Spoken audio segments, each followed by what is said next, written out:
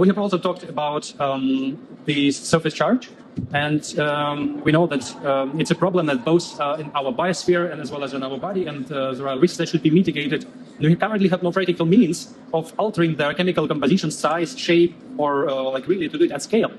And one potentially feasible approach, at least in principle, however, like it's no influence, is to influence the surface charge of these particles. The surface charge of micro nanoparticles, they really play an important role, and we would like to really state it again, and like in determining their behavior in biological systems.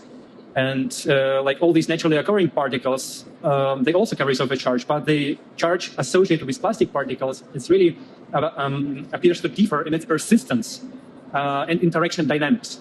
So we really need to trigger and research in this area, and like because it's really remains stable in multiple environments with an errant biological fluid. One important point that we would like to make is a shift of paradigm.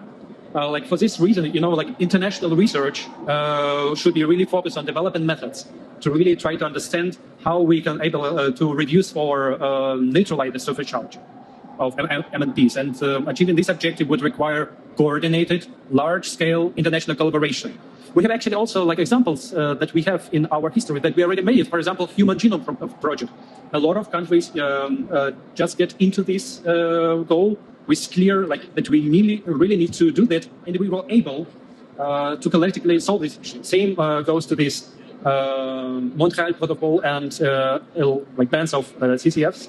And we were suggesting or thinking that European representatives would actually consider proposing a UN protocols for MMPs neutralization at the next climate summit. And they could also initiate the creation of an international research coalition with EU participation. It's pretty much, we all know it's here, we all know it's bad for us, and now we all have to come together and actually do something about it.